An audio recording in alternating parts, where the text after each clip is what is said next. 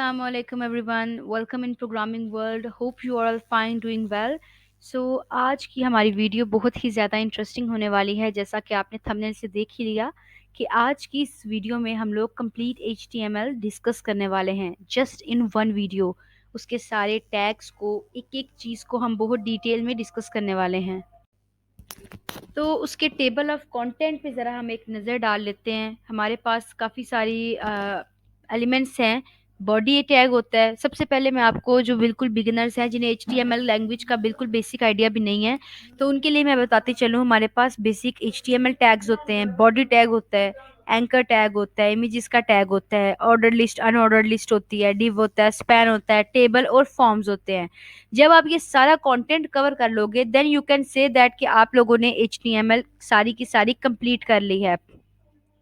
अब आप लोगों को बेसिकली जो है वो क्या आपका जो मेन टारगेट क्या होता है वो ये होता है कि आपने इन सारे टैग्स को किस तरह से स्ट्रक्चर करना है कि एक प्रॉपर पेज आपका डिज़ाइन हो जाए। अब अगर मैं थोड़ा सा आपको इसकी डिटेल में बताऊं तो हमारे पास HTTP दो तरह की रिक्वेस्ट यूज़ होती हैं। हाइपर टेक्स्ट ट्रांसफर प्रोटोकॉल एक रिक्वेस्ट होती है। अगर आपने वेब पेज पे गए हो, ब्राउजर पे आपने जाकर लिखा है कि just wanted to search programming word, इसका मतलब है आपने सर्वर साइड पे अपने HTTP से रिक्वेस्ट की है क्लाइंट बन के, और सर्वर जब आपको उसका रिजल्ट आपको डिस्प्ले करवाता है, इसका मतलब है सर्वर आपको रिस्पॉन्स दे रहा होता है। तो ये जो प्रोटोकॉल्स होते हैं ये बहुत ज़्यादा इंपॉर्टेंट होते हैं। ये क्लाइंट सर्वर आर्किटेक्चर है जिसमें क्लाइंट रिक्वेस्ट करता है और सर्वर उसको उसका रिस्पॉन्स देता है। तो ये बेसिकली इसकी बैकएंड के ऊपर होने वाली वर्किंग है सारी। तो फर्स्ट ऑफ ऑल वो लोग की जो वीडियो को पहली मर्तबा देख रहे हैं, चैनल को सब्सक्राइब करें, वीडियो को लाइक करें, शेयर करें, कमेंट करें। एंड अगर आप इस तरह की मजीद वीडियोस और अगर पर्टिकुलर टॉपिक को एक्सेस करना चाहते हैं तो वो भी जो है आपको प्लेलिस्ट में मिल जाएगा, आप उन्हें एक्सेस कर सकते हैं। The link will be in the description. अब आप ये देखें कि हमारे पास जो डिज़ाइन की जो दुनिया में जो लैंग्वेजेस है HTML, वो स्टैंड करती है हाइपर टेक्स्ट मार्कअप लैंग्वेज। अगर मैं आपको एक वर्ड में इसकी डेफिनेशन बताऊं then it is a structure language. ऐसी लैंग्वेज के जिससे आपकी वेबसाइट, आपके वेब पेज का स्ट्रक्चर बिल्ट होता है, हम उसको HTML कहते हैं। It is very simple, it is there is no rocket science in this कि आप HTML की कोई लंबी चौड़ी डेफिनेशन याद करो, नो। और मार्कअप टैग प्रोवाइड करता है information about the page content structure, hyper करना टेक्स्ट को, ठीक है, स्ट्रक्चर करना। बेसिकली आप किस तरह से इसको क्रिएट कर सकते हैं तो ज़रूरी नहीं। मैंने जितना काम अपनी पहली previous HTML playlist, CSS playlist जो बनाई, उसमें मैंने विजुअल स्टूडियो कोड पे काम करवाया। आप लोग विजुअल स्टूडियो कोड के अलावा नोटपैड पे कर सकते हो, या अगर किसी के पास लैपटॉप नहीं, वो क्रोमबुक यूज़ करता है, वो कैरेट पे भी कर सकता है। सो मल्टीपल वेज हैं। मैं उसके ऊपर एक शॉर्ट ज़रूर अपलोड करूंगी कि आप कैरेट को यूज़ करते हुए किस तरह से HTML, CSS और जावा उसके ऊपर काम कर सकते हो, एग्जीक्यूट करवा सकते हो उन्हें। अब हम लोग बेसिक HTML के स्ट्रक्चर की तरफ मूव कर चुके हैं। तो बिगिनर्स, फर्स्ट ऑफ ऑल आपको जो चीज़ ज़हन में रखनी है, अगर आप HTML कोड कर रहे हो तो उसका पहला टैग HTML से ही स्टार्ट होगा। HTML टैग, उसके अंदर हमारे पास एक हेड का पोर्शन हो सकता है, एक बॉडी का पोर्शन हो सकता है। आप अगर वर्ड के ऊपर काम करते हो तो बड़ा सिंपल और बड़ा बेसिक होता है। आप वर्ड पे काम करते हो, आप उसका एक हेडर डिफाइन कर देते हो, एक फूटर डिफाइन कर देते हो। So here is my visual studio code, this is my previous work. मैं यहाँ पर एक कैलकुलेटर बना रही थी, it was just a part of my assignment, और इसमें मैंने जावा स्क्रिप्ट को यूज़ किया है। तो एक काम करते हैं, मैं आपको अपना टास्क दिखाती हूँ सबसे पहले। Here is my work and इंशाल्लाह I will make a video on JavaScript, but firstly हम HTML CSS को कंप्लीट करेंगे, then we will move toward Java. एंड जावा के बारे में वैसे काफ़ी मज़े की बातें मेरे जहन में आ गई। आपको पता है हमें नई फाइल किस तरह बनानी होती है? Ctrl+N Ctrl+S, उसको सेव करते हैं हम .html की एक्सटेंशन के साथ, and the file is here. आपको अगर इस तरह का पेज आपको नजर आया तो आपको एक नॉट का सिंबल, यानी कि वन के ऊपर जो सिंबल होता है उसको शिफ्ट के साथ प्रेस करेंगे तो आपके पास डॉक टाइप HTML आएगा, और आप एंटर प्रेस करेंगे तो ये सारा कोड खुद ही आ जाएगा। यहाँ से एक चीज़ बहुत ज़्यादा क्लियर आपको करनी है कि देखें, हमारे पास HTML एक ऊपर उसका टैग है और एक एंडिंग टैग है। हर दफा हम जब HTML में कोई भी टैग लिखते हैं तो उसका एक ओपनिंग टैग होता है, एक क्लोजिंग टैग होता है, और हमेशा ओपनिंग और क्लोजिंग टैग का जो नेम है वो सेम रहता है। जैसे अगर मैं आपको बताऊं कि अगर हेड है और उसका ओपनिंग टैग हेड होता है तो उसका क्लोजिंग टैग भी हेड ही होता है। टाइटल है, उसका ओपनिंग टैग का नाम टाइटल है, TITLE, तो उसके क्लोजिंग टैग का नाम भी टाइटल होगा, बस एक बैक स्लैश का इजाफा हम लोगों को लगाना पड़ता है। तो अब आप जरा इसको हम जो है अगर इसको मजीद इसको डिटेल में लेकर थोड़ा सा चलें, देखते हैं काफी सारे वेज हैं। आप इधर से रन डीबग भी कर सकते हैं, और अगर आप चाहते हो कि लाइव सर्वर मतलब व्यू मिलता रहे साथ साथ, जैसे कि यहाँ पे मुझे मिल रहा होता है, तो वो इस तरीके से मिल सकता है। आप देख सकते हैं मुझे यहाँ अनइंस्टॉल का ऑप्शन शो हो रहा है। व्हाट डज इट मीन कि मेरे पास ऑलरेडी लाइव सर्वर इंस्टॉल है। आपको जस्ट यहाँ पे आना है, इसके इंस्टॉल पे क्लिक करना है और ये इंस्टॉल हो जाएगा। और इसका फायदा बहुत ज्यादा है, आपको बार बार रन और डिबग नहीं करना पड़ता। आप जो काम कर रहे हो आपको साथ साथ शो हो रहा होता है कि आप क्या काम कर रहे हो। लाइकवाइज मैं यहाँ टाइटल जो है अपनी फाइल का नाम रख देती हूँ HTML ट्यूटोरियल, कि मैं HTML के बारे में कुछ डेटा शेयर कर रही हूँ। और जब यहाँ से इस बटन को क्लिक करते ही मैं लाइव सर्वर देखूंगी तो देखें यहाँ डिस्प्ले कुछ नहीं हुआ पेज पर इसका टाइटल फाइल का HTML ट्यूटोरियल रख लिया, इसी बनाया। ठीक है, हमारे पास HTML में 6 हेडिंग टैग्स होते हैं, मगर अगर आप उसका फॉन्ट साइज एडजस्ट करना जानते हो तो आप अपनी मर्जी की हर साइज और हर स्टाइल की हेडिंग बना सकते हो। मैं यहाँ पर H1 में लिख रही हूँ हेडिंग 1।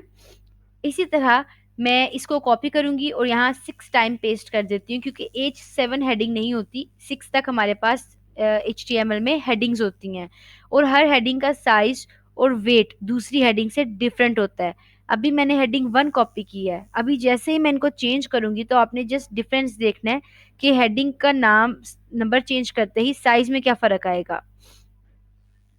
अब देखें हमने इनके यहाँ से फर्स्ट टैग को जैसे मैं बदलती जाऊंगी तो आपने जस्ट एक बार देखना है कि साइज किस तरह डिक्रीमेंट होता चला गया है साइज में। और इस तरह आप इजीली डिफरेंशिएट कर पाओगे कि आपको आपके वेब पेज पर किस जगह पे किस तरह की हेडिंग चाहिए, आप वैसी हेडिंग यूज कर सकते हो। यहाँ मैंने 6 वाली हेडिंग डाली और इसको H6 कर देते हैं तो इसका साइज सबसे छोटा होगा।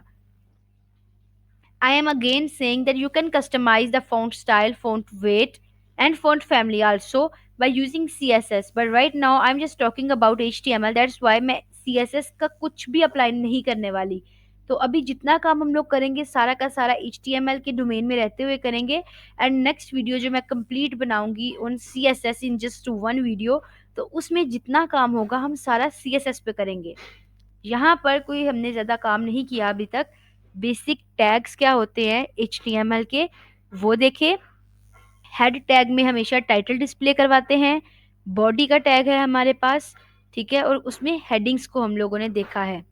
अब कमेंट किस तरह करते हैं तो ये अपने ऊपर देखा कि अगर हम लोग ग्रेटर देन का सिंबल लगाते हैं नॉट के साथ और आगे हम इधर माइनस के सिंबल यूज करते हैं तो आप इसमें कमेंट कर सकते हैं। सो कमेंट का भी आपको पता चल गया कमेंट कैसे करते हैं। Now let's move toward the paragraph. जैसे अगर हेडिंग देनी है उसके लिए H1 H2 इस तरह आप हेडिंग का टैग लगाते हो। तो अगर आपको पैराग्राफ बनाना है तो आप उसके लिए पैराग्राफ P से स्टार्ट होता है, आप P का टैग यूज करते हैं। अब अगर मैं इसके P टैग में एक है पैराग्राफ लिख रही हूँ, पैराग्राफ तो नहीं है, मैं एक लाइन लिख रही हूँ, हेलो एवरीवन, तो आपने देखा कि साथ मेरे जो लाइव सर्वर है उस पर वो शो हो गया कि मैंने हेलो एवरीवन लिखा है। एक पॉइंट है मैं आपको स्लाइड्स में भी अभी वो आपसे शेयर करूंगी कि हमारे पास कुछ ब्लॉक एलिमेंट होते हैं और हमारे पास कुछ इनलाइन एलिमेंट्स होते हैं। So what is the basic difference between the block and inline elements? It is that जो ब्लॉक एलिमेंट होते हैं वो अपने बाद लाइन छोड़ देते हैं, मतलब स्टार्ट होने से पहले एक लाइन छोड़ देते हैं और अपने बाद भी मतलब एक लाइन टर्मिनेट खुद करते हैं। अदरवाइज आपको BR टैग यूज करना पड़ता है। मैं एक बहुत लंबा पैराग्राफ लिख रही हूँ और मैं चाहती हूँ उसमें लाइंस मतलब ब्रेक हों, तो उसके लिए अब ज़रूरी है कि अगर मैंने ऊपर लिखा हेलो एवरीवन और अगर मुझे hope you all are fine नीचे लिखना था तो मैंने लिखा पी टैग में, तो इसका मतलब वो अलग लाइन में प्रिंट आउट हुआ। यही काम अगर मैं एक पी टैग में रख के करती और मैं लाइन ब्रेक मांगती, तो उसके लिए मैं बी आर टैग यूज करती। अब जैसे मैं आपको करके दिखाने लगी हूँ कि hope you are all fine, अब ये एक नया सेंटेंस है, डूइंग वेल, इंजॉइंग। तो एक तरीका था, आप एक पी टैग में लिखो और अगली लाइन अगर प्रिंट करवानी है नेक्स्ट लाइन में, उसको अगले पी टैग में लिखो। और एक तरीका है, आप एक लाइन के अंदर आप बीच में जो है वो बी आर टैग यूज कर लो। बी आर टैग का मतलब होता है लाइन ब्रेकर। तो अगर मैंने बी आर टैग यूज किया, वो नीचे वाली लाइन में आ गया। लेकिन आपको डिफरेंस नजर आ रहा है, हेलो एवरीवन के बाद यानी वो पी टैग में था और hope you all are fine एक पी टैग में था, उसमें और उसमें ये दो अलग अलग पैराग्राफ टैग में थे, डिस्टेंस ज्यादा है। और एक पैराग्राफ में लिखे हुए लाइंस के अंदर जब हमने ब्रेक डाला तो उसका जो डिस्टेंस है वो कम है। तो ये बहुत छोटे छोटे पॉइंट्स हैं, इन्हें साथ साथ आप नोट कर सकते हैं, इन्हें अपने जहन में रखें। बी आर टैग एक लाइन ब्रेकर टैग होता है। This is also very important point use to remember. अब अगर हम इसमें एक हॉरिजेंटल लाइन लगा के देखते हैं, H R. H R tag का मतलब होता है कि आप एक लाइन लगा रहे हो पूरी की पूरी अपने पेज पे। और मतलब अगर आपका पेज है, आप उधर कहीं लाइन लगाना चाहते हो, तो आप इसकी पैडिंग वगैरह वैसे आप एडजस्ट कर सकते हो, पैडिंग से भी काम ये हो सकता है। अब हमारे पास जो है ना, यहाँ मैं एक और कमेंट करने वाली हूँ कि जो एच आर टैग है वो हमारे पास हॉरिजेंटल लाइन प्रिंट करने के लिए यूज होता है। मैं साथ साथ कमेंट इसलिए कर रही हूँ, इसको बहुत स्लो लेके चल रही हूँ, ताकि वो लोग के जिन्हें HTML लैंग्वेज का बिल्कुल आइडिया नहीं है, जो बिल्कुल न्यू हैं और वो प्रोग्रामिंग सीखना चाहते हैं, डेवलपमेंट के अंदर इंटरेस्टेड हैं, तो वो बहुत इजीली इसको अंडरस्टैंड कर सकें। So this is our work. यहाँ पर हमारे पास पी टैग हमने डिस्कस किया, टाइटल का टैग क्या होता है, HTML टैग्स। अब हमारे पास हाइपर लिंक्स होते हैं। हाइपर लिंक मतलब टैग्स होते हैं, लिंक आप लगाते हो किसी भी पेज का, वो तीन तरह से लगा सकते हैं। उसके अलावा हमारे पास कुछ इसकी फॉर्मेटिंग के टैग्स होते हैं। तो बारी बारी हम हर चीज़ डिस्कस करेंगे, मैं ऑलमोस्ट कोई चीज़ ऐसी नहीं रहने दूंगी कि जो रह जाए और जो हम दोबारा यानी कि जो HTML का पार्ट हो और उसको हम डिस्कस ना करें अनटिल अनलेस वो अब यूज़ ना होती हो। आप अगर ऐसी चीज़ की बात कर रहे हो कि जो यूज़ होती थी पास्ट में मगर अब उसका इतना यूसेज नहीं है, then I am not going to discuss that thing in this video because most of all अब जब टाइम के साथ ट्रेंड चेंज होता है तो आपको ट्रेंड को फॉलो करना चाहिए। यहाँ पर मेरे पास एक नॉर्मल सा कोड है जिसको मैंने फॉलो किया है, इनको भी आप देख सकते हैं। हमारे पास इमेज टैग जब हम लगाते हैं तो उसमें हमारे पास सोर्स एक देते हैं, एक आल्ट एट्रीब्यूट देते हैं। तो ये जब मैं इमेज टैग लगाना सिखाऊंगी इसी वीडियो में तब मैं आपको शेयर करूंगी। यहाँ से हम स्टार्ट किया, हमने अपनी हेडिंग को डिस्कस किया, पैराग्राफ को, और अब बारी है डिव की, स्पैन की। हम इसका कलर चेंज कर देते हैं ताकि मुझे आइडिया रहे कि मैंने कौन कौन सा काम कंप्लीट कर दिया है। अब डिव क्या होता है, मैं आपको अगर इसकी एक्सप्लेनेशन दूँ ना, तो डिव एक कंटेनर होता है। जैसे हमारे घरों में एक शुगर कंटेनर होता है, छोटा सा एक बॉक्स कंटेनर सा बड़ा सा बना होता है, उसमें हम सारा शुगर डाल के रख लेते हैं। या फिर अगर लड़कियां छोटे से अपने बॉक्स में ज्वेलरी रखती हैं, वॉचेस आप रखते हो, तो वो उस तरह का कंटेनर होता है। अब बात इतनी है, वैसे अगर दराज में 10-15 घड़ियां पड़ी हुई हैं उसकी वैल्यू नहीं है, लेकिन अगर एक घड़ी आपने कंटेनर एक बॉक्स में रखी है, इसका मतलब है उस बॉक्स ने जितनी जगह कवर की है वो वॉच के लिए एक स्पेसिफिक डिफाइन हो जाती है। कंटेनर आप कहीं भी अरेंज कर सकते हो अपने वेब पेज पे। डिव को आप कलर बदल सकते हो, उसका बैकग्राउंड बदल सकते हो। तो अब हम एक डिव लगा के देख ही लेते हैं, ठीक है। तो यहाँ पर एक डिव है, इसको हम इम्प्लीमेंट करते हैं, एक ही पेज पर सारा काम करेंगे। तो मैंने काफ़ी इस वैसे यहाँ मैग्नीफायर यूज़ किया था पर वो स्क्रीन में शो नहीं हो सका। तो अगर विजिबिलिटी का किसी को इशू हो then you can also ask me in the comment, I will try my best to to make this page visible for all of you. आपको डिव लगाना है, और जब भी डिव लगाना है तो उसके साथ आईडी या क्लास ज़रूर मेंशन करते हैं। अ, इसकी एग्जांपल आप कुछ इस तरह दे दो कि मेरे पास एक क्लास है और मैं उस क्लास को एक कंटेनर में रख रही हूँ। वो रूम है, मैं कह रही हूँ ये एक रूम है, ये एक डिव है, उसमें मैंने 15 स्टूडेंट्स रखे हुए हैं और उसका क्लास का नाम है क्लास 9। तो उसका मतलब अगर वो क्लास है, उसका नाम इक्वल के मैं स्ट्रिंग के अंदर यानी इन्वर्टेड कॉमास में जो लिखूंगी वो 9 होगा, वो उसका नाम होगा। अब आपने ये चीज भी गैप नोटिस करना है। हेलो एवरीवन पी टैग में था, hope you all are fine भी पी टैग में था, उन दोनों का गैप। और दिस इज अ डिव से डूइंग वेल का गैप आप चेक करें कि जो भी ब्लॉक एलिमेंट्स होते हैं जब वो स्टार्ट होते हैं ना, तो उसका पीछे वाले एलिमेंट से अच्छा खासा गैप होता है। इतना गैप तो होता ही है कि आपको इजीली विजिबल होता है, कोई कॉन्फ्लिक्ट क्रिएट नहीं होता स्क्रीन पे। I said I didn't use any kind of CSS, but just to make sure कि डिव पे हर तरह का CSS अप्लाई हो जाता है, पूरा पूरा उसका बॉर्डर लग जाता है, आप उसकी रेडियस चेंज कर सकते हो, हर काम कर सकते हो।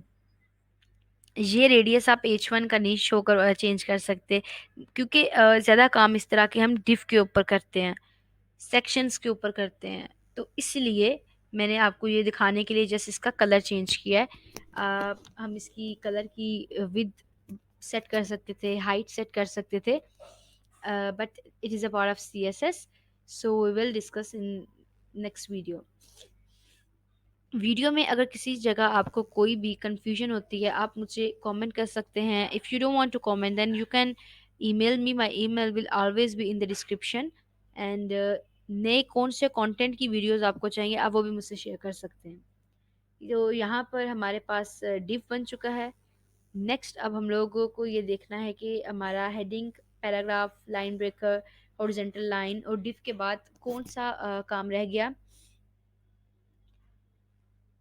एंकर टैग्स हम लगाते हैं, पर ये चीज़ आपने अपने जेहन में रखनी है कि क्लास यानी डिव के साथ क्लास अगर रखी है तो उसका एक पर्टिकुलर नेम होना चाहिए, ताकि आप उस पर CSS प्रॉपरली इम्प्लीमेंट कर सको। तो हमारे पास ये देखें हेडिंग हो गई।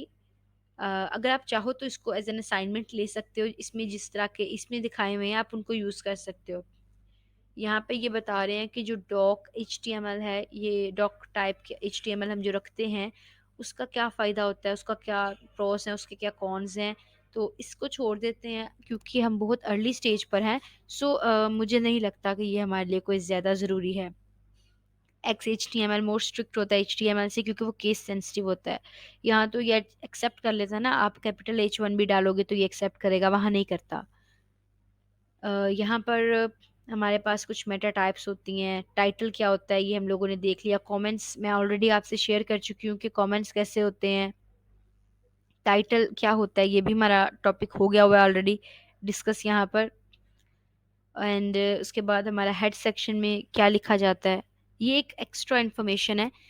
अगर CSS अप्लाई आप कर रहे हो, और वो 3 तरह का आप अप्लाई कर सकते हो, इनलाइन, इंटरनल और एक्सटर्नल। तो आप अगर इनलाइन अप्लाई करते हो ना तो वो हेड टैग में लिखते हो। और स्क्रिप्ट होता है जावा, जावा स्क्रिप्ट अगर आप लिख रहे हो तो आप उसको बॉडी के बाद रखते हो। मतलब ये इनलाइन है सारा कुछ। मोस्ट ऑफ ऑल हम एक्सटर्नल फाइल्स बनाते हैं। तो यहाँ जैसे मैंने अभी बताया कि अगर आप इनलाइन CSS अप्लाई कर रहे हो, इनलाइन मतलब इंटरनल CSS अप्लाई कर रहे हो, आप हेड के अंदर स्टाइल का टैग लगाते हो और उसमें सारी स्टाइलिंग अप्लाई कर देते हो। इसके अलावा इन लाइन का मतलब होता है अगर आपने पी टैग बनाया वहीं पर साथ लिख दिया स्टाइल, इसका फ़ॉन्ट कलर ये कर दो, इसका फ़ॉन्ट साइज ये कर दो, तो अब वहाँ डिफाइन करते हो, वो होता है इन लाइन। और अगर एक्सटर्नल है तो आप एक अलग .css की फाइल बना लेते हो और उसको लिंक कर देते हो अपने HTML पेज से। तो ये थोड़ी काम की चीज़ नज़र आ रही है। टेक्स्ट की फॉर्मेटिंग होती है, बोल्ड से इटैलिक कर सकते हो, अंडरलाइन कर सकते हो, superscript, subscript, strong, emphasize, preformatted text, block code and del. तो हम एक एक करके इन सबको प्रैक्टिस करते हैं। तकरीबन हमें पता है सब क्या होता है, सुपर क्या होता है, साथ उनके सैंपल्स दिए हुए हैं कि किससे लिखने से क्या क्या कुछ होगा। तो जो मैंने हेडिंग के टैग्स लगाए हैं ना, मैं उनके ऊपर इन सबको इम्प्लीमेंट करने वाली हूँ, ताकि आपको ये भी पता चले कि आप एक टैग पे मल्टीपल टैग्स इम्प्लीमेंट कर सकते हो, बट वैलिड होने चाहिए। अब यहाँ पे मेरे पास जो हेडिंग टैग है फर्स्ट वाला, तो मैं उसको थोड़ा बोल्ड कर देती हूँ। तो आपको लिखना है जस्ट अपना बी टैग, उसमें आपको हेडिंग वन को इम्प्लीमेंट करना है। स्ट्रॉन्ग, बी और बोल्ड, ये तीनों के तीनों टैग एक ही काम करते हैं, बोल्ड करने का। बस अलग अलग हैं, आप अपनी मर्जी से कोई भी यूज़ कर सकते हो। अब मैं हेडिंग टू को इटैलिक करना चाहती हूँ थोड़ा सा, तो आपने इसको इटैलिक कर देना है। हेडिंग टू में आप लिखेंगे इटैलिक, तो देख सकते हैं आप ये थोड़ा सा इटैलिक हो गया। इटैलिक वर्ड्स थोड़े डिफरेंट टेढ़े लिखे होते हैं थोड़े से। अब हेडिंग थ्री है, तो मैं इसको एम्फेसाइज कर देती हूँ। मुझे लगता है मेरा हेडिंग रिमूव हो गया। चलिए काम करते हैं, हम हेडिंग थ्री पे ना एम की बजाय डेल लगा के देखते हैं। डेल का मतलब होता है उस पर स्ट्राइक थ्रू की लाइन आ जाती है, ये वर्ड में प्रॉपर मेंशन होता है। और अगर वर्ड के पीछे आप बैकएंड पे कोड देखना चाहते हो तो वहाँ डेल लगा होता है। ये मोस्ट ऑफ ऑल वहाँ यूज़ होता है जब आप किसी वेबसाइट पे शॉपिंग करने के लिए जाते हैं और वो आपको बेवकूफ़ बनाने के लिए 5,000 के ऊपर क्रॉस लगाते हैं और लिखते हैं 4,999 ओनली।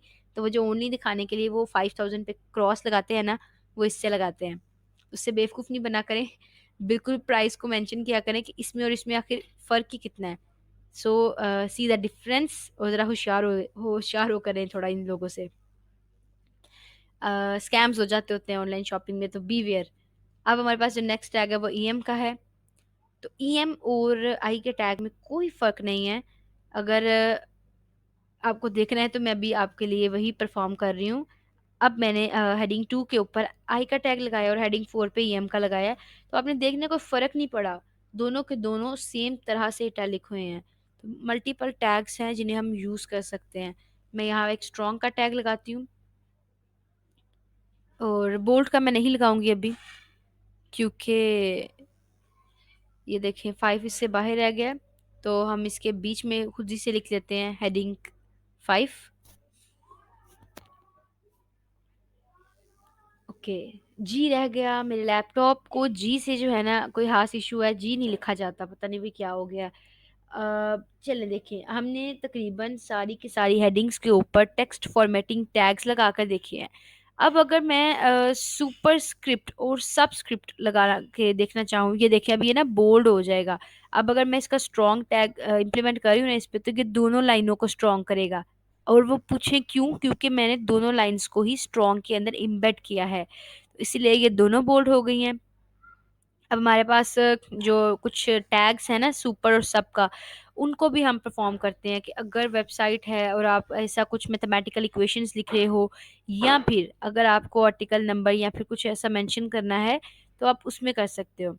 डिफ को हम अंडरलाइन करते हैं। एंड तकरीबन मुझे लगता है हमने सारे कंप्लीट किए हैं सुपर और सब को छोड़ के। तो अब हम क्या करते हैं, अपने सुपर और सब को इम्प्लीमेंट करते हैं। आप लोगों के लिए मेरे पास एक टास्क है, आप लोगों ने क्या करना है, प्रॉपर से 3-4 हेडिंग्स बनानी है, उनके अंदर प्रॉपर पैराग्राफ्स लिखने हैं, उनमें ये सारे के सारे टैग्स यूज करने हैं। आप मुझे ईमेल करके शेयर भी कर सकते हो, I will check them and then मैं आपको बताऊंगी अकॉर्डिंगली कि इसमें किस चीज़ की कमी है, आप इसको कैसे इम्प्रूव कर सकते हो। तो इसीलिए अगर किसी को कोई इशू आए तो वो मुझसे डायरेक्टली पूछ सकता है, there is no issue. And I am 20 वो क्या कहते हैं, मतलब 24 आवर्स। अब हम लोग सुपर और सब को जो है वो लगा के देखते हैं। सबसे पहले देखे मैंने सब लिखा और वहाँ मैंने लिख दिया 6। और जैसे ही मैंने लिखा तो आप मेरे प्रीव्यू में देख सकते हैं कि मेरे पास उसके प्रॉपर जो है ना वो वैल्यू आ गई है। तो आई थिंक अभी जो है ना इतना क्लियर हाँ नज़र आ रहा है। तो आप ये देख सकते हैं। अब मैं आपको प्रॉपर ज़रा डेफिनेशन भी बताऊं कि सब मतलब होता है नीचे लिखा जाएगा बेस से, और सुपर का मतलब होता है ऊपर लिखा जाएगा। मैथ्स अगर किसी ने पढ़ा है ना और उसने एक्सपोनेंट और बेस पावर्स इस चीज़ों के बारे में उसको पता है, तो उसके लिए बहुत इजी हो जाएगा सुपर और सब का कॉन्सेप्ट। ठीक है, तो सब और सुपर में कोई खास फर्क होता नहीं है। तो यहाँ तक जो है वो अभी तक हम लोगों ने इसके कुछ बेसिक टैग्स को लेकर डिस्कस किया है। हेडिंग टैग, पैराग्राफ टैग, इसके फॉर्मेटिंग बेसिक्स को, और डिफ टैग हमने बनाना सीखा, और बोल्ड करना, एचआर टैग, हॉरिजेंटल लाइंस वगैरह इस तरह का हमने करना सीखा है। तो होप सो यहाँ तक आप लोगों के लिए जो है वो सारा कुछ क्लियर है। अब हम लोग जो है वो लिंक्स की तरफ मूव करने लगे हैं। हमारे पास HTML में एंकर टैग अवेलेबल होता है जिसको हम लिंक लगाने के लिए इस्तेमाल करते हैं। लिंक का मतलब होता है आप अपने पेज में किसी भी एक्सटर्नल फाइल को ऐड कर लेते हैं। अब वो फाइल आप अपने कंप्यूटर में मौजूद फाइल को भी लिंक कर सकते हैं या आप किसी एक्सटर्नल वेबसाइट को भी लिंक कर सकते हैं। HRF के अंदर हम लिंक देते हैं, तो ज़रा एक कमेंट कर लेते हैं हम ऊपर कि हम लिंक कर सकते हैं। पहले एक्सटर्नल वेबसाइट को लिंक करेंगे, फिर हम अंदर कंप्यूटर में एक पेरेंट फाइल से उसकी चाइल्ड फाइल को एक्सेस करना सीखेंगे एंड देन फर्दर हम क्या करेंगे, अपने पीसी में से किसी फर्दर फाइल जो कि डेस्कटॉप या किसी भी डॉक्यूमेंट में पड़ी होगी हम उसको भी एक्सेस करेंगे। तो सबसे पहले हम लोग को क्या करना है, मैं एक लिंक जो है वो ढूंढ लेती हूँ, ब्राउज कर लेती हूँ किसी भी वेबसाइट का, और उस लिंक को मैं कॉपी करके यहाँ पर पेस्ट कर दूंगी। इसका जो सेंटेक्स होता है, बेसिकली जो राइटिंग का जो तरीका होता है वो यही होता है कि आपको एंकर के लिए ए लिखना होता है। HRF में आप लिंक डालते हो जिस भी पेज का, मतलब आपको लिंक चाहिए होता है, और आगे आप उसकी नाम वगैरह या उसको एक नेम दे देते हो कि आप इस लिंक को क्या नाम देना चाहते हो।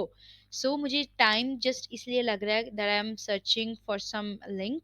किसी भी इमेज का हम लिंक डाल देते हैं या फिर हम किसी वेबसाइट का लिंक ऐड कर देते हैं। It is just taking the time for that से। I am trying to make each and every point clear, ताकि मैं हर चीज़ एक्सप्लेन कर सकूँ। Here we got the email. मैंने यूनिवर्सिटी ऑफ सियालकोट का ईमेल यहाँ पर, एक ईमेल नहीं सॉरी, एक वेबसाइट का लिंक ऐड किया है। एंड आर्ट का मतलब है डिस्क्राइब करना। आप आर्ट में भी कर सकते हो, उसके बीच में भी, मतलब आपके पास अब ये जो स्पेस है आप यहाँ भी लिख सकते हो। तो जिस तरह आप कंफर्टेबल हो आप उस तरीके से इस काम को कर सकते हो। अब यहाँ पर मेरे पास है कि मैं लिंक कर रही हूँ USKT LMS, ठीक है, ये मेरा LMS का एक लिंक है। तो यहाँ पर ये काम नहीं करेगा क्योंकि ये मुझे बोलेगा एक्सटर्नली ओपन करूँ। तो अगर मैं इसको ब्राउज़र के ऊपर जाके ओपन करूँगी, देन मैं इस लिंक को एक्सेस कर पाऊँगी, मैं इस लिंक को ओपन करके USKT LMS को अप्रोच कर पाऊँगी। ये अभी तक का वो सारा काम है जो हमने किया है, और ये मेरे पास वो लिंक आ गया जिस लिंक के ऊपर हम काम करने वाले थे। आप लोग देख सकते हैं एक LMS ऑलरेडी ओपन हुआ है मेरे पास, और एक LMS जो है वो दोबारा ओपन होगा। मैंने इसलिए वो फाइल कैंसिल कर दी ताकि कि आपको ये ना हो कि वो पहले से ओपन थी। अ, थोड़ा सा सर्वर एरर आ गया मेरे पास, ठीक है। इतना ही मैं आपको दिखा सकती थी because that was my LMS और वो ओपन था उस टाइम पे। सो मेरा बेसिकली गोल आपको था बताना कि आप किसी भी वेबसाइट का लिंक ऐड कर सकते हो। तो आप इसको ज़रूर ट्राई करना। अब हम क्या करेंगे कि हमने अभी तो एक एक्सटर्नल वेबसाइट का लिंक ऐड किया था। अब काफ़ी पॉपुलर पेजेस जैसे कि W3 स्कूल है, गीक्स फॉर गीक्स है, स्टैक ओवरफ्लो है, क्योरा डाइजेस्ट है, प्रिंटेस्ट है, इस तरह की बहुत सी ऐप्स हैं। आप किसी का भी लिंक ऐड कर सकते हो, एक्सटर्नली उसको लिंक कर सकते हो। मगर अगर आपने फाइल्स बनाई हैं और आप चाहते हो कि मैं क्लिक कर रही हूँ और उसके पीछे आपकी फाइल ओपन हो जाए, तो उसके लिए क्या करना होता है वो मैं अभी आपको बताती हूँ। मैं जैसा कि आपके सामने अभी अपनी लोकल डिस्क सी से अपनी यूज़र फाइल में आई, और वहाँ यूज़र में क्योंकि मेरा लैपटॉप लेनोव का है तो यहाँ पे लेनोव फाइल शो हो रही है। यहाँ पे बेसिकली आपके पीसी, आपके कंप्यूटर का सारा डेटा स्टोर होता है। यहाँ मेरे पास एक फ़ाइल है जिसका नाम मैंने HTML फाइल रखा है। उसमें मैंने काफ़ी सारे पेजेस बना कर रखे हैं डिज़ाइन करके HTML और CSS के साथ। ये आपको फाइल नज़र आ रही है? इसमें बहुत सारे पेजेस हैं। अब अगर मैं आपको बैकएंड पे जाके दिखाऊँ, आपको क्या करना है, एक फ़ोल्डर बनाना है, जो कि पेरेंट फ़ोल्डर के तौर पर एक्ट करेगा। HTML फ़ाइल के लिए जैसे मैंने यहाँ एक फ़ोल्डर बनाया, ये शो नहीं हुआ अभी आपको। आपको राइट क्लिक करना है, वहाँ नीचे से न्यू पे आके आपको फ़ोल्डर बनाना है। जैसे मेरे पास यहाँ वन ड्राइव था, यहाँ से मैं कोई भी पकड़ लेती हूँ एक पेज, जैसे मेरी फ्रूट साइट वेबसाइट है, और मैं उसको अपने पेरेंट फाइल में कॉपी कर लेती हूँ। मेक श्योर कि आपकी जो फाइल है वो लोकल डिस्क सी के यूज़र वाले पार्ट में लिनक्स के अंदर ही हो, ठीक है, पेरेंट फोल्डर, और उसके अंदर से अगर आप चाइल्ड फाइल को एक्सेस कर रहे हो तो वो अलग बात है। अब देखिए मैंने यहाँ पर लिखा कि मेरी HTML फाइल है और उसमें से मैं फ्रूट साइट को एक्सेस कर रही हूँ। तो ये तरीका होता है, अगर आपने एक फ़ाइल है HTML की, उस पे वर्किंग करके उसको रखा हुआ है, तो आप उसको इस तरह एक्सेस कर सकते हो। और fruit site dot H T M L आपको एक्सटेंशन ज़रूर ऐड करनी होती है। और यहाँ पे मैं उसका लिंक डाल देती हूँ, ये मेरी फ्रूट साइट वेबसाइट है। By the way, if you are interested in learning the web development, then आप जो है ये वाली वीडियो ज़रूर देखिएगा जाके। जस्ट 5 मिनट वेबसाइट है। मैंने इस पे शॉर्ट भी अपलोड किया हुआ है, and I have already uploaded a video on this, so you just must watch this video. I'm damn sure that you will really enjoy that video. So यहाँ पर मैं इसको हम लोग बेसिकली, आपको मैंने बताया कि इनलाइन और ब्लॉक एलिमेंट्स पहले भी मैंने बताए थे। तो हमारे पास एंकर टैग भी कौन सा होता है, एक इनलाइन एलिमेंट होता है, जो क्योंकि ये अपने बाद कोई भी स्पेस नहीं छोड़ता। तो हमारे पास जो फ्रूट साइट है ये बिल्कुल ओपन हो गई है। मैं आपको पूरा इसका दिखाना चाहती हूँ लुक कि ये किस तरह की लग रही है। एंड एट द एंड मैं इस तरह की एक वेबसाइट प्रॉपर कोड के साथ भी आपको बनाना बताऊंगी। इस पे देखिए, इसके नेविगेशन बार है। बस इसमें एक चीज़ की कमी है, इसके बटन्स अभी काम नहीं करते, इसके ऊपर कोई क्यूरीज या कोई जावास्क्रिप्ट अभी अप्लाई नहीं हुआ है सच। बट यहाँ पर इमेजेस हैं जो कि हर बार रिफ्रेश करने पे चेंज होते हैं, क्योंकि मैंने सोर्स डॉट स्प्लैश से इसको लिंक करवाया हुआ है इमेजेस को। और फ्रूट पे वेबसाइट थी, टोटली इसका कंटेंट फ्रूट पे था। तो ये मेरी एक वेबसाइट काम हो गया, जिस तरह के अगर आपको फाइल से HTML लगाना है तो इस तरह लगा सकते हैं आप। अब हम लोग अपने तीसरे वाले मेथड की तरफ जाने लगे हैं। वैसे तो हम लोग लिंक्स काफ़ी तरीके से अप्लाई कर सकते हैं, लेकिन मेजरली हम 3 मेथड यूज़ करते हैं। एक होता है किसी एक्सटर्नल वेबसाइट का लिंक लगाना। सेकंड वन इज़ दैट अगर आप एक पेरेंट फाइल से चाइल्ड फाइल एक्सेस कर रहे हैं। और थर्ड तरीका ये होता है कि अगर आपकी फाइल पेरेंट में चाइल्ड फोल्डर में नहीं है, और आप उसको एज सच रैंडमली एक्सेस कर रहे हो, मतलब वो मेरे डेस्कटॉप पे पड़ी हुई है और मैं चाहती हूँ, तो आपको दो दो डॉट्स हम लोग लगाते हैं। आपने साथ लिख देना है अपनी फाइल का नाम। जैसे मैं form dot H T M L इस वक्त जो है वो डिज़ायर कर रही हूँ कि मुझे मेरा form dot H T M L मिल जाए, और मैंने इसका नाम भी रख दिया कि ये मेरी फॉर्म फाइल हो गई। तो now I just have to do one thing, कि मुझे इसको चेक करना है कि जो मेरा फॉर्म है क्या वो एक्सेस हो रहा है। तो आप क्या करेंगे, देख मैं आपको दिखा देती हूँ कि जो मेरी H T M L file है उसमें एक फॉर्म पड़ा हुआ, उसमें जो है फॉर्म नहीं बल्कि मैंने इससे बाहर रखा हुआ है इस फॉर्म को। वो किसी भी पेरेंट फोल्डर में नहीं है, बल्कि उससे बाहर रैंडम पड़ी हुई है एक फाइल।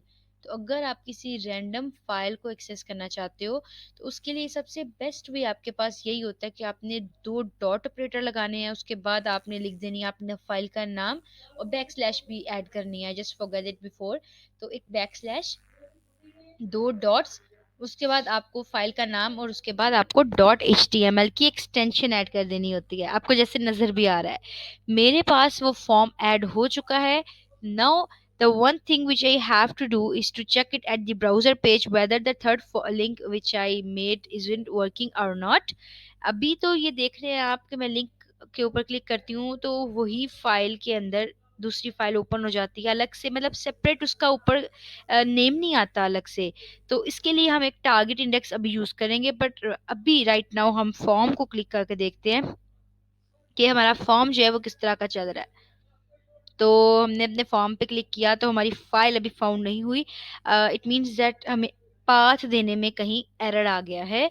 तो एक काम करते हैं, इसको दोबारा से एक बार चेक करते हैं आखिर किधर हमसे गलती हो गई। So let me check whether where I had mistake. Okay okay, हमारे पास हमारा फॉर्म ओपन हो चुका है। ओके, अब आपको लग रहा होगा कि ये ऊपर से प्रॉपर्ली नज़र नहीं आ रहा। मैंने अपने पीसी लैपटॉप की स्क्रीन जूम की हुई है 125% पे। ये वजह कि आपको ऊपर से नज़र नहीं आ रहा।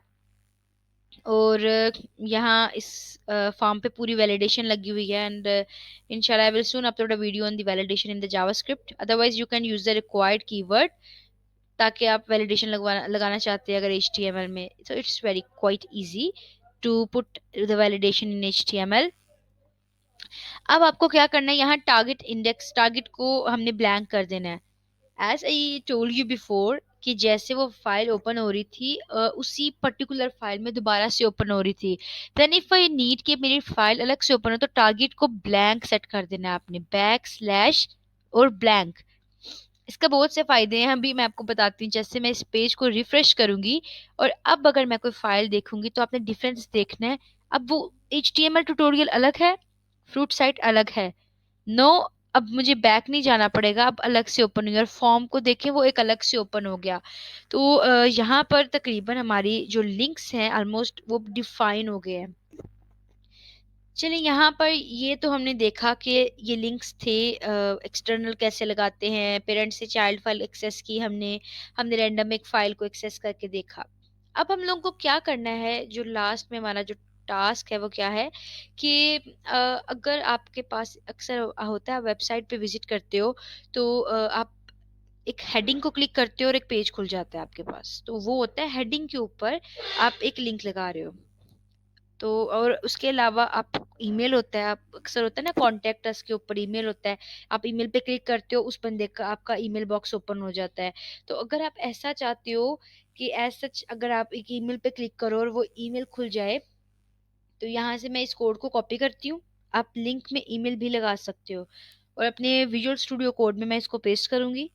एंड देन हम लोग देखेंगे कि एक ईमेल के पीछे लिंक कैसे लगता है प्रॉपरली। ये वहां पर आपको दिखाएगा कि किस तरह से एक ईमेल का जो बॉक्स है वो ओपन होगा, जिसमें प्रॉपर मेरा नाम और वो ईमेल आ रहा होगा जो मैं यहाँ अभी एंटर करने वाली हूँ। यहाँ पे bugs@gmail.com है, तो ये मैं बग्स वगैरह हटा के, क्योंकि ये एक डिफॉल्ट सेट है, तो मैं यहाँ अपना ईमेल लिख देती हूँ। ठीक है, इट्सा 234@gmail.com which is my official email. और इसके बाद मैं क्या करती हूँ, ये बग्स प्लस रिपोर्ट जो है ना, ये सब्जेक्ट आएगा ईमेल का, यानी कि वो चीज़ के जो आपके ईमेल के सब्जेक्ट में डिस्प्ले हो रही होती है, ये वहाँ पे शो होगा। नाउ आपको क्या करना है कि जैसे ही मैं इसको ब्राउजर पेज पे देखी, मेरे पास इसका टेक्स्ट डिस्प्ले होने लगा कि please report the bugs here. आप ये भी लिख सकते हो कि you can email me through this. तो ये हमारे पास एक बहुत ही इजी वे है ईमेल एक्सेस करने का। तो अब मैं इसको ब्राउजर पेज पे जो है रिफ्रेश करती हूँ, और इसको हम क्लिक करके देखते हैं। ओके, तो हमने इसको क्लिक किया और हमारे पास हमारा ईमेल आ गया है।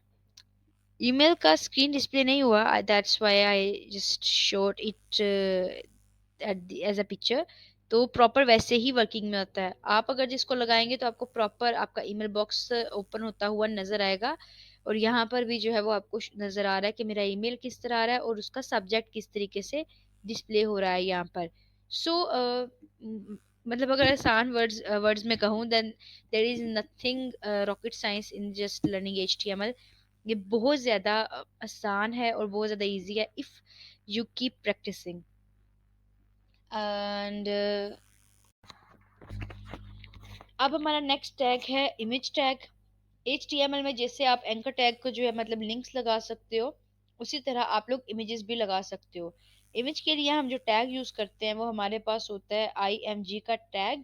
तो कमेंट करना अपने कोड को बहुत एक अच्छी प्रैक्टिस होती है। If someone who is not in your domain area, वो आपका कोड देखता है, then he will easily understand the code with the help of that comments. So do comments in your code. आपने इमेज का tag use करना होता है, इसके लिए हम IMAGE भी लिख सकते हैं एंड IMG भी लिख सकते हैं। I have tried both, there is no difference between both of them, but IMG is good. आपने बस सोर्स लिखना होता है SRC, और उसके अंदर सोर्स पार्ट में फाइल की लोकेशन लिखनी होती है। अब मज़े की बात देखिए कि जिस तरह आपने लिंक लगाया ना, उसी तरह आप इमेज के अंदर मतलब इमेज भी आप वेबसाइट के अंदर एक्सटर्नल लिंक लगा सकते हो किसी इमेज का। मतलब मैंने गूगल पे एक इमेज देखी and I really love that image, तो मैं उसका लिंक कॉपी करके यहाँ पेस्ट कर सकती हूँ। एक तरीका तो ये हो गया। आल्ट टैग में हम इसकी डिस्क्रिप्शन लिखते हैं। मतलब जो मेरे पास अगर बिलफर्ज एक इमेज है और वो फ्लावर्स के रिलेटेड है, मैंने लिख दिया आर्ट में कि इमेज ऑफ अ फ्लावर। वो उस वक्त हेल्पफुल होती है अगर मेरे पास ऐसा सिनेरियो आ गया, मेरी इमेज लोड नहीं हो रही, तो उसकी जगह पर वो टेक्स्ट डिस्प्ले हो जाता है, ताकि व्यूअर को थोड़ी तसल्ली हो जाती है that there is an image but it is not loading right now due to some error. तो मैं इस वक्त एक इमेज ही ब्राउज कर रही हूँ। मैंने मल्टीपल स्क्रीन्स नहीं बनाई, क्योंकि फिर बहुत सारी विंडोज को मैनेज करना, इट्स बिकम अ मेस। यहाँ पर मैं एक एक्सटर्नल वेबसाइट से एक हैकर की इमेज लेने वाली हूँ। Hackers are so cool. तो मुझे कमेंट में बताइएगा किस किस को हैकिंग और हैकर्स अच्छे लगते हैं, अरे कौन कौन जो है वो परफॉर्म भी कर लेता है हैकिंग। मुझे थोड़ी बहुत आती है, बहुत थोड़ी-सी आती है, मतलब ज़्यादा अच्छी वाली नहीं आती। बट आई जस्ट लव कि मुझे भी अच्छी वाली हैकिंग आए। यहाँ पर मैं लिंक जो है मैं एक अच्छी पिक्चर का ढूँढ रही हूँ ताकि जो कोई इंटरेस्टिंग इमेज है वो मुझे मिल जाए। So here I got some images. यहाँ पर जैसे ये इमेजेस लोड हो रही हैं तो यहाँ पे मुझे हैकिंग के रिलेटेड काफ़ी सारी इमेजेस मिल जाएंगी। एंड वो इमेज के जो मुझे बहुत ज़्यादा अच्छी लगेगी मैं इनमें से कोई भी पिकअप कर लूँगी। वैसे तो it is just a part of example कि आप किसी भी एक्सटर्नल वेबसाइट से इमेज किस तरह लगा सकते हो। तो मुझे ये वाली इमेज काफ़ी अच्छी लग रही है, इसकी काफ़ी रेज़ोल्यूशन भी अच्छी है, इतनी हाई रेज़ोल्यूशन नहीं है कि ये पूरे पेज पर आ जाए, सो इट सीम्स गुड। अगर बहुत हाई रेज़ोल्यूशन की इमेज होती ना तो वो आती नहीं। अब यहाँ पर मेरे पास इमेज टाइम ले रही है लोड होने में, तो आपको जस्ट राइट क्लिक करना है, उसका पाथ कॉपी करना है and that is all, and you just have to paste that copied link in the source tag of the image. तो यहाँ पर हम उसके जैसे ही पेस्ट करेंगे तो हमारे पास इमेज आ गई है। ये देखिए हमारे पास एक इमेज लग गई है और वो खुद ही फ्लोट हो गई है दूसरी साइड पर। ये डिफ़ॉल्ट है, अदरवाइज़ आप खुद भी इसको एडजस्ट कर सकते हो, आप इसको राइट कर सकते हो, लेफ्ट कर सकते हो, टॉप मार्जिन, राइट मार्जिन, तो ये सब हम सीएसएस में ज़रूर सीखेंगे। पहला काम हमारा हो गया कि इमेज एक्सटर्नल वेबसाइट से किस तरह इमेज लेते हैं। अब हम सेकंड काम क्या करने लगे हैं, मैंने ना जो आपको भी थोड़ी देर पहले फाइल दिखाई थी यूज़र वाली, वहाँ एक इमेजेस का फ़ोल्डर है और उसमें ये बहुत सारी इमेजेस हैं और उनमें से हम एक इमेज पिक कर लेते हैं कोई भी। तो एक एग्जांपल हमारी हो जाएगी कि अगर आपको एक्सटर्नल वेबसाइट के साथ आपकी लैपटॉप में से कोई इमेज लगानी है, तो आप उसके बारे में बता सकते हो। तो मैंने यहाँ पर सेट कर दिया मॉडल्स। तो मेरे पास उसका अगर वो इमेज लोड नहीं होगी तो यहाँ पे मेरे वहाँ पे मेरे पास जो है उस इमेज के जगह मॉडल्स डिस्प्ले होने लग जाएगा और यूजर को थोड़ा सा अंडरस्टैंडेबिलिटी पैदा हो जाएगी कि मतलब इसके रिलेटेड कोई इमेज थी जो कि अभी मुझे मिली नहीं। ये देखिए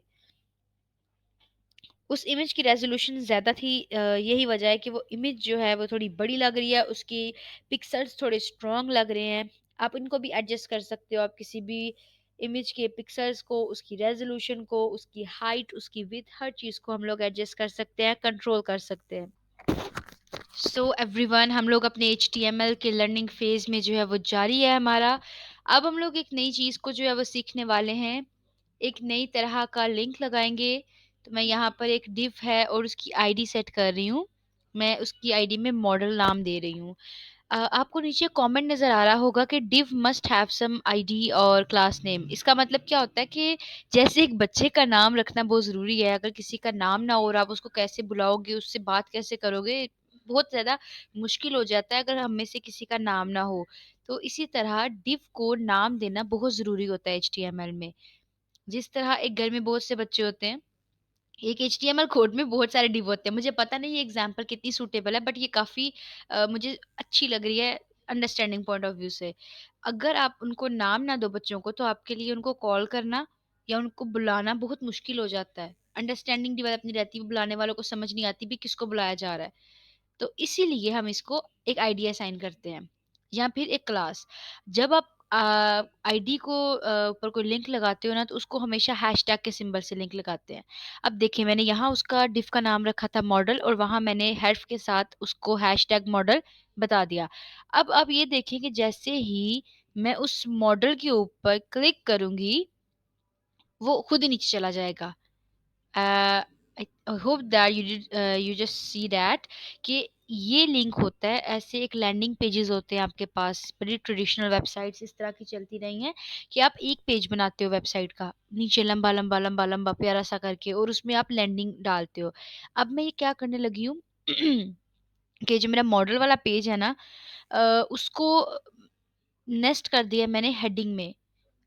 यहाँ से एक कॉन्सेप्ट डेवलप होगा कि आप मल्टीपल टैग्स नेस्ट कर सकते हो किसी एक टैग में। अब यहाँ हेडिंग 2 के अंदर मॉडल का लिंक काम कर रहा है। Point to be noted is that heading 2 italic भी है, हेडिंग 2 में हमारे पास सबस्क्रिप्ट भी काम कर रहा है, हेडिंग 2 बोल्ड भी है और हेडिंग 2 पे लिंक भी काम कर रहा है। तो यहाँ तक हमारा जो है वो एक और लिंक कंप्लीट हुआ। लिंक्स को कंप्लीट करते हैं। अब हमारा जो नेक्स्ट है हम लोग देख लेते हैं। हम लोगों ने लिंक को हेडिंग के अंदर नेस्ट करके देखा, और उसी तरह आप लोग उस लिंक को पैराग्राफ में या इमेज के पीछे भी उस लिंक को लगा सकते हैं। तो ये आप लोगों का एक टास्क समझ लें आप कि क्या आपका काम है। अगर आप ये वीडियो देख रहे हैं और इसको प्रैक्टिस करना चाहते हैं, आप इसमें एफिशिएंट होना चाहते हैं एचटीएमएल लैंग्वेज में, तो फिर ये आपका टास्क है। आपने लगाना है लिंक इमेज के पीछे, मतलब उस टैग में नेस्ट कर देना है। here are some attributes of the image tag. HTML में भी इनको कंसीडर किया जाता था एक टाइम तक। आप इमेज की हाइट, उसकी विड्थ और उसका बॉर्डर सेट करते थे, बट अभी हम इसको HTML में कंसीडर नहीं करते हैं। हम ये सारा काम CSS से करते हैं। हम इमेज का टैग लेते हैं, सिलेक्टर लेते हैं और फिर उसके ऊपर CSS अप्लाई करते हैं। तो अभी इसको देखने की या इसके ऊपर फोकस करने की कोई खास जरूरत नहीं है हमें। ये आप देख सकते हैं हमारे पास फाइल पाथ्स की एग्जांपल है। ऑलरेडी मैंने आपसे काफ़ी डिटेल में एक्सप्लेन किया था आपको कि आप किसी इमेज का एक्सटर्नल लिंक लगा सकते हो। आप इमेज को पेरेंट चाइल्ड फोल्डर से भी एक्सेस कर सकते हो, डेस्कटॉप से इमेज को एक्सेस कर सकते हो। तो ये सारा तकरीबन हम लोगों ने कर लिया हुआ है। आपको इमेज की टाइप मेंशन करना बहुत ज़रूरी होता है। अगर आपका इमेज पीएनजी है या जेपीजे है, तो आपको वो साथ मेंशन करना होता है। अब हमारे पास जो फेविकॉन, हाँ, फेविकॉन क्या होता है? जैसे आपको नज़र आ रहा है ना, ये हमारे पास एक फाइल है और उसके साथ एक छोटा सा लोगो बना नज़र आ रहा है। अगर आप चाहते हो कि आपकी जो फाइल है उसके साथ एक लोगो नज़र आए, तो उसके लिए आप लिंक रेल आइकन की एक लेते हो क्लास, उसमें आप इमेज जो टाइप वगैरह सेट करके, ये उसके लिए कोड है। तो इसको आप देख लीजिएगा। उसके बाद हमारे पास ये कैटेगरीज आ जाती हैं, फ़ॉन्ट साइज़ वगैरह, बट अभी हम इनको सारे को जो है ना सीएसएस में डिस्कस करेंगे। Now here is the main topic which we are going to discuss is list. I would like to tell you all कि मैंने लिस्ट के ऊपर अलग से एक वीडियो बना के रखी हुई है। हमारे पास थी डेफिनिशन लिस्ट होती है, ऑर्डर्ड लिस्ट होती है और अनऑर्डर्ड लिस्ट होती है। 3 तरह की लिस्ट हम यूज़ करते हैं। मैं क्या करने वाली हूँ, यहाँ से इसको सीधा कॉपी करूँगी, हम पेस्ट करते हैं और मैं एक-एक करके आपको लगाकर बाकायदा दिखाऊँगी कि ये किस तरह से वर्किंग होती है इनकी। अभी हम अपने विजुअल स्टूडियो कोड में इसको पेस्ट करते हैं एंड ये देखिए मेरे पास अब आ गया एप्पल, ऑरेंज और ये हमारे पास है ग्रेपफ्रूट। अभी चूंकि मैंने इस ऑर्डर्ड लिस्ट की टाइप 1 रखी है, तो इसलिए 1 2 3 आ रहा है। अब मैं इसको दोबारा जब पेस्ट करती हूँ और अगर मैं इसकी टाइप कैपिटल ए रख देती हूँ, तो मुझे एबीसी में नंबरिंग शुरू हो जाएगी। एक्चुअली ये बुलेट्स होते हैं ना, आप एमएस वर्ड अगर यूज़ करते हो, तो बुलेट्स होते हैं वहाँ पर, और आप उन बुलेट्स के फॉर्म में इम्पोर्टेंट पॉइंट्स को जो है वो लिखते हो। कभी-कभी आप जस्ट बुलेट्स ऐड करते हो, कभी-कभी आप 1 2 ऐड करते हो, अल्फ़ाबेट्स ऐड करते हो। तो यहाँ पे हमने बस वही देखना है कि अगर हम टाइप 1 रखेंगे, तो हमारे पास 1 2 3 डिस्प्ले होगा। अगर मैं टाइप ए रखूँगी, तो मेरे पास अल्फ़ाबेट्स डिस्प्ले होंगे। अगर मैं उसकी टाइप स्मॉल ए रख देती हूँ, तो मेरे पास स्मॉल ए जो अल्फ़ाबेट्स हैं, वो डिस्प्ले होने लगेंगे। अगर मैं आई रख देती हूँ, तो मुझे रोमन काउंटिंग जो है वो छोटी डिस्प्ले होने लगेगी। सो ये हमारे पास ऑर्डर्ड लिस्ट है, और अगर आप चाहते हो लिस्ट आपने प्रिंट करवानी है और उसके पीछे आपको अलग-अलग तरह के सिनेरियोज़ चाहिए, 1 2 चाहिए, आपको नंबर्स चाहिए, रोमन काउंटिंग चाहिए, अल्फ़ाबेट्स चाहिए, तो आप इस तरह से यूज़ कर सकते हो।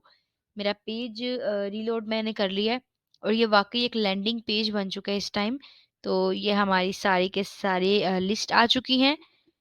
हम लिस्ट नेविगेशन बार बनाने के लिए भी यूज़ करते हैं, और वैसे अगर आप कोई एक ब्लॉग लिख रहे हो, आर्टिकल लिख रहे हो अपने वेब पेज पे, तो वहाँ भी हम यूज़ करते हैं।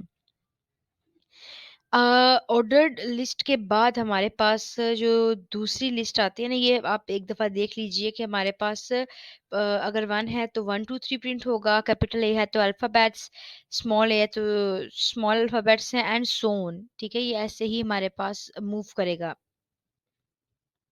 In case of unordered list, unordered list में हमारे पास है डिस्क, सर्कल और स्क्वायर, ठीक है? यहाँ पर इस तरह के कुछ अगर आपको सिंबल चाहिए, मोर ओवर आप अलग तरह के भी ले सकते हो, आप एक्सप्लोर कर सकते हो, आप अलग तरह की अगर लाइब्रेरीज़ ऐड कर लो तो यूनिक इमेजेस भी ऐड कर सकते हो।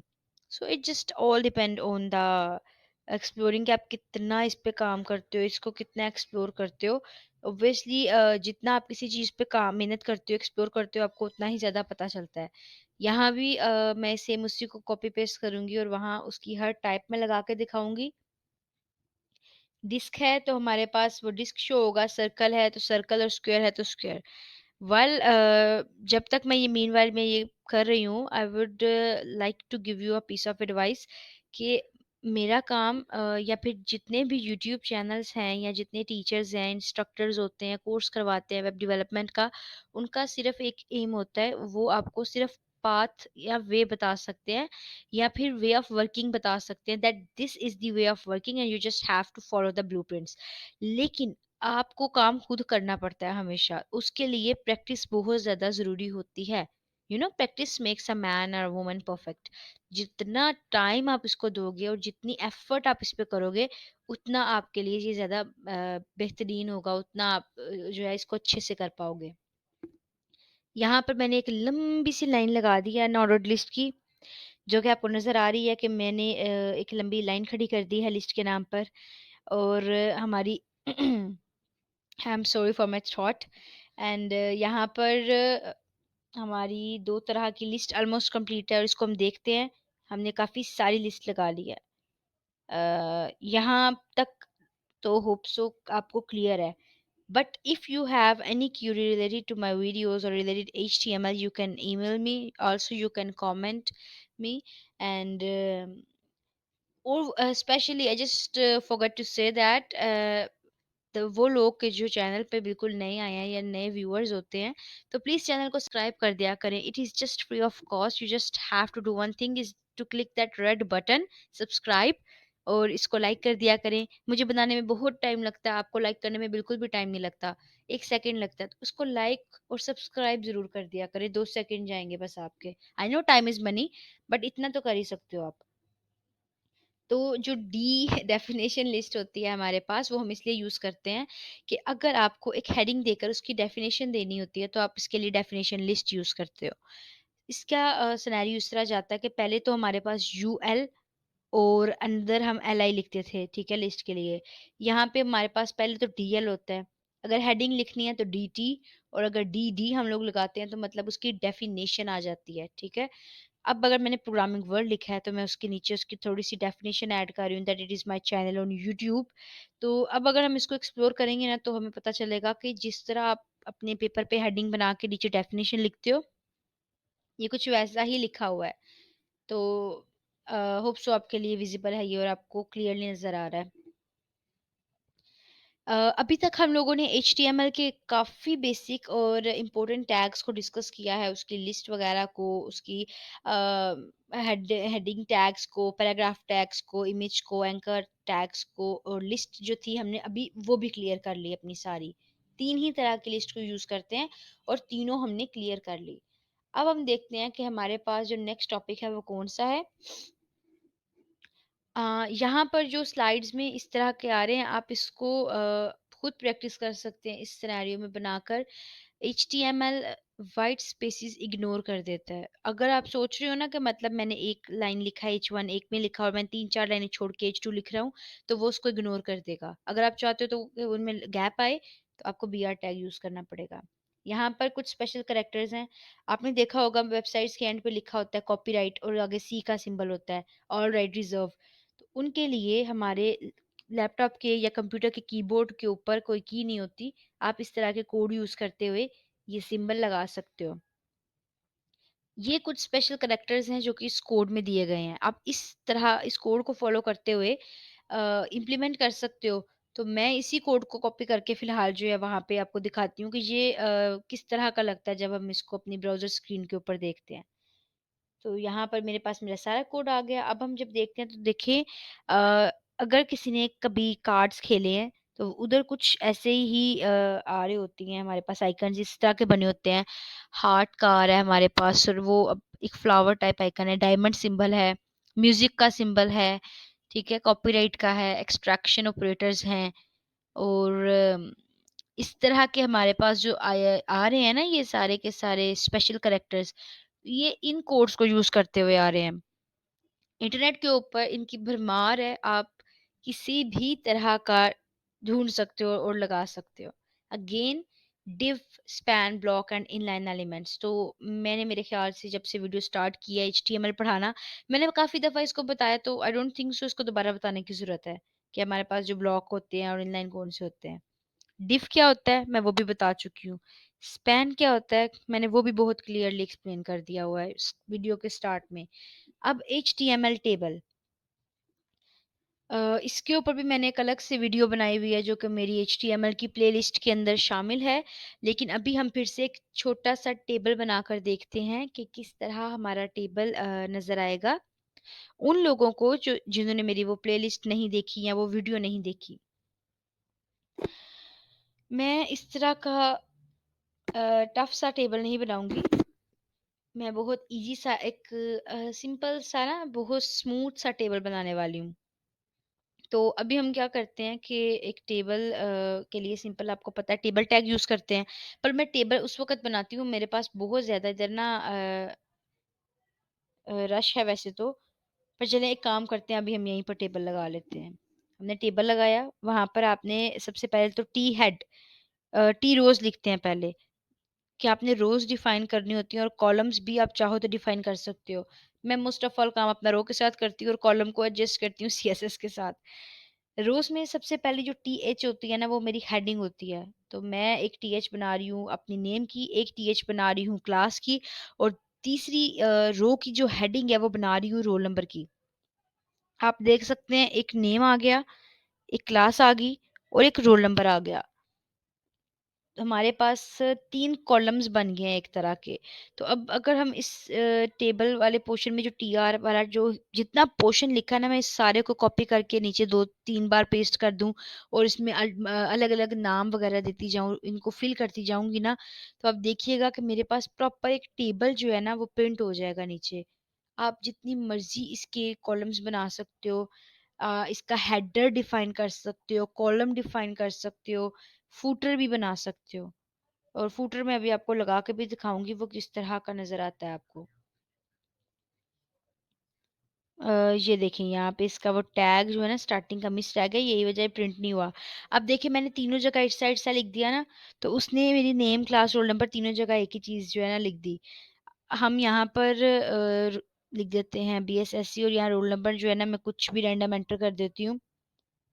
जैसे सपोज़ 22 रोल नंबर एंटर कर दिया और अब हम इसको अगेन जो है वो 2-3 दफ़ा ताकि थोड़ी-सी टेबल का लुक आ जाए ना, थोड़ा रोज़ वग़ैरह आ जाएँ।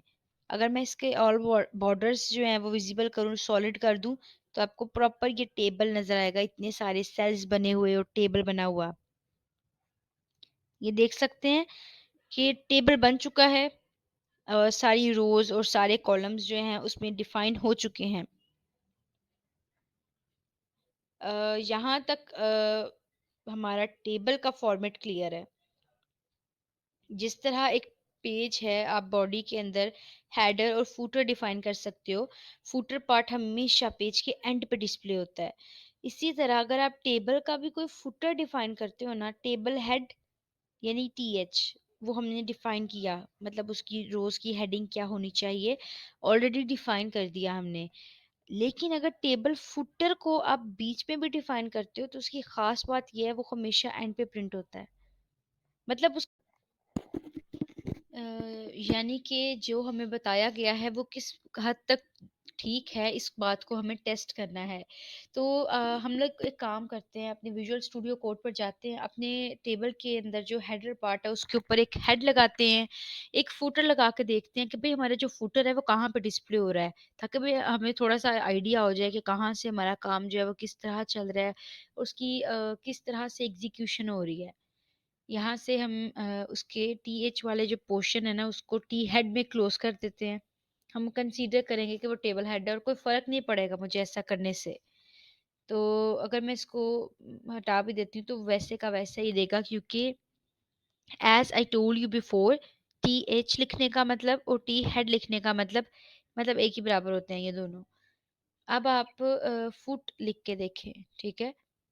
जब आप टी फुट को एंड पे लिखेंगे तो ऑलरेडी वो एंड पर ही आएगा, लेकिन अगर यही चीज़ आप कहीं बीच में भी डिस्प्ले करवाते हो ना, तो वहाँ भी ये बीच में ही आपको जो है, वहाँ भी ये बीच में नहीं बल्कि आपको एंड पे ही डिस्प्ले होगा। जस्ट लाइक यहाँ पे फुटर डिस्प्ले हो रहा है।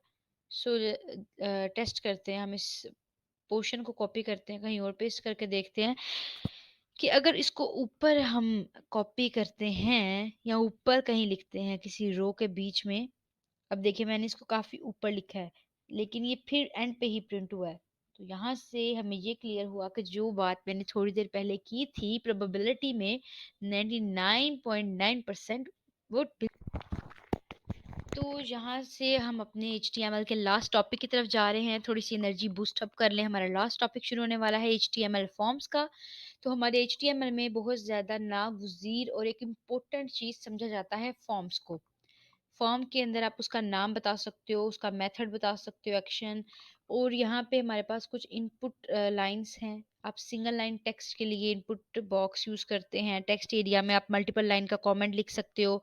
हिडन फील्ड कुछ इस तरह की फील्ड्स होती हैं कि जिसमें आप जो डाटा जो है वो लिखते हो, लेकिन यूज़र को वो नज़र नहीं आता। हम वन बाय वन इन तीनों को अपने विजुअल स्टूडियो कोड में जाके प्रैक्टिस करते हैं कि किस तरह से जो है वो हमारे कोड की वर्किंग हो रही है। यहाँ से इस कोड को उठाते हैं और इसको विजुअल स्टूडियो कोड में लेके जाते हैं, देखने के लिए कि हमारा काम किस तरह का हो रहा है। काम जो है यहाँ पर बहुत ज़्यादा पड़ा हुआ है, यहाँ से ये सब चीज़ें हटा देते हैं ताकि अब फॉर्म पे काम हो सके। हम इजीली अंडरस्टैंड कर सके कि हमारा फॉर्म जो है वो किस तरह वर्किंग होती है उसकी, क्या उसका सारा का सारा सिनेरियो चलता है। तो अब हम लोग को जस्ट इसको सारे को क्लीन करना है। एंड ये सारा मेरे पास क्लीन हो चुका है। यहाँ पर मैं एक हेडिंग बना रही हूँ जहाँ पे मैं लिखने वाली हूँ कि मेरे पास ये फॉर्म है H1 का। ये पोर्शन भी हम हटा देते हैं, फुट कराया गया। अब क्या करते हैं, यहाँ पे एक फॉर्म का हम टैग बना लेते हैं। तो जो हमने फ़ील्ड ली हुई है, हम वो फ़ील्ड भी वहाँ पे सेट करेंगे और देखेंगे कि हमारे पास किस तरह फ़ील्ड्स में फ़र्क आता है। ये तीनों हैं तो इनपुट टाइप की फ़ील्ड्स, लेकिन इनमें डिफ़रेंस किस तरह आता है, हमने जस्ट वो अंडरस्टैंड करना है। जैसा आप लोग यहाँ पर देख सकते हैं, इस मेरे पास सारी फ़ील्ड्स लग चुकी हैं। मैंने एक पासवर्ड टाइप फ़ील्ड लगाई है, एक मल्टी लाइन फ़ील्ड लगाई है और एक लगाई है इनपुट टाइप टेक्स्ट वाली फ़ील्ड। एक में सिर्फ़ यूज़र सिंगल लाइन कमेंट करेगा, एक में मल्टी लाइन कमेंट्स कर सकता है। बीआर टैग मैंने वीडियो के बहुत स्टार्ट में बताया था किस लिए यूज़ होता है, लाइन ब्रेक के लिए। तो इससे ये फ़ायदा हो जाएगा कि थोड़ा-सा जो है ना ये सीधा हो जाएगा। तो मैं ज़रा इसको थोड़ा और अच्छा कर देती हूँ। यहाँ से जो है आपको नज़र आ रहा है कि हम इसमें टेक्स्ट एंटर कर रहे हैं। मैंने इनकी वैल्यूज़ हटा दी हैं।